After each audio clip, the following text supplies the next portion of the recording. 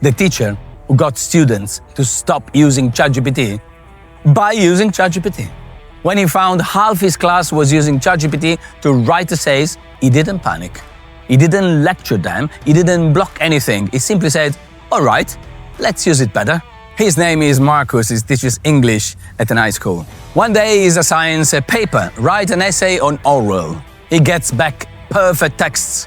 Too perfect, all similar, all lifeless. He knows immediately, no one wrote anything, all done by AI. But instead of punishing them, he challenged them. Now write a critique of what you submitted.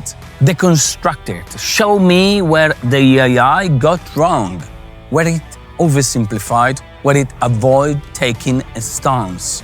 And at the beginning, the students don't know where to start. They've never analyzed the text that way before.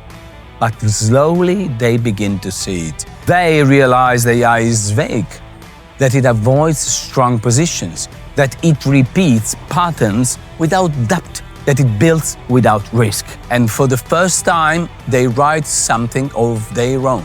They criticize the machine, they have to think, they have to reflect, choose words, take a side. ChatGPT had become a shortcut, but he turned it into a mirror and brought back the one thing that matters in school: understanding why we write, not just what we write.